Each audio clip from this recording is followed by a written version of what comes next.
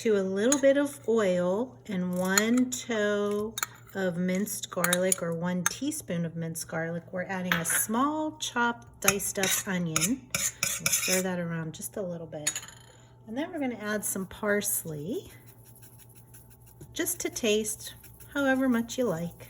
And then we're going to let this cook down a little bit, get a little golden and transparent. Okay, to that we want to add 2 Wow. 28-ounce cans of petite diced tomatoes, or you could use regular diced tomatoes. Sounds good. Then we're going to do some salt and some pepper and some basil. Then we're going to take our hand blender and start mashing up the potatoes. I want to add 1 15-ounce can of tomato sauce,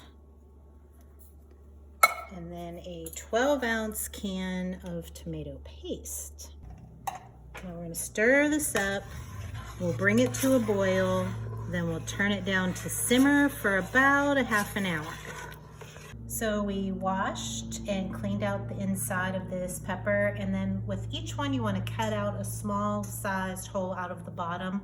I don't remember why. I'd have to ask my mom why she did that. I just know to do it. If you know, put it in the comments. Next, we're going to work on our filling, and this is 2 1/4 pounds of very lean ground beef. We're going to do a little bit of diced onion. I think that's good. Maybe a little more. And then we're going to add some salt. And then Some pepper. some pepper to taste. Then we have 3/4 of a cup of uncooked, now it's cooked, minute rice. We've cooked and let cool a little bit. Then we want to use plain breadcrumbs. I'm going to use 3 handfuls. 3 handfuls? Yep, it's another mom thing. That's a different measurement. It is, everyone's hand's different. Yeah. That'll work. It works. Then we're going to start mixing this all together. Okay, now we want to loosely fill our peppers. Literally just fill it up. Just fill it up. Yep. And you could half this recipe. This amount will give Scott and I 2 or 3 meals. So we'll eat one of them tonight and freeze the other ones. So if you're going to go through all the trouble, why not make enough for the freezer? Exactly. And plus, we love this anyway. That's so right. That's great. Right. And I remember about that hole in the peppers. I believe normally you would par cook the peppers, but if you cut that hole out, you do not have to do that. It saves you a step. Okay. Now we want to take our sauce and just start spooning it all over top. I wish y'all could smell the sauce. It smells so good. So good. Okay, now that the sauce is on, we're going to cover these guys. The oven is preheated on 350. And we're going to put them both in here for an hour, about an hour and a half. We'll check the peppers with a fork to make sure they're tender, and we'll know it's done. Okay, it's actually been 2 hours. And we've tested the peppers with a fork, and they were tender. It's heavy, huh? Yep.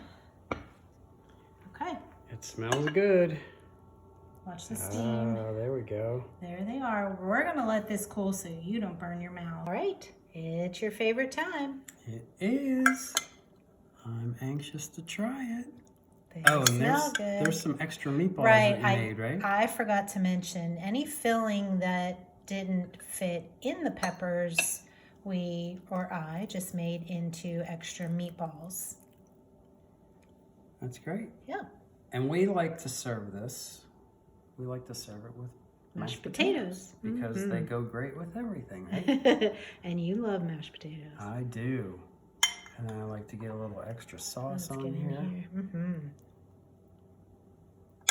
Now, I'm hungry. I'm so I'm hungry. gonna go ahead and taste these, Okay. but I know from experience how good they are and Yeah. how much I love them already. So I'll just go ahead and taste it. I just wanted everybody to see it, plate it, how we eat it, Yep. and Okay. I'll give it a try. Looks a little hot. As always, super good. Great. And I am starving, so we're going to wrap Me this too. up. All right, y'all. Here it is. Stuffed peppers. Give them a try. Enjoy and have a blessed day.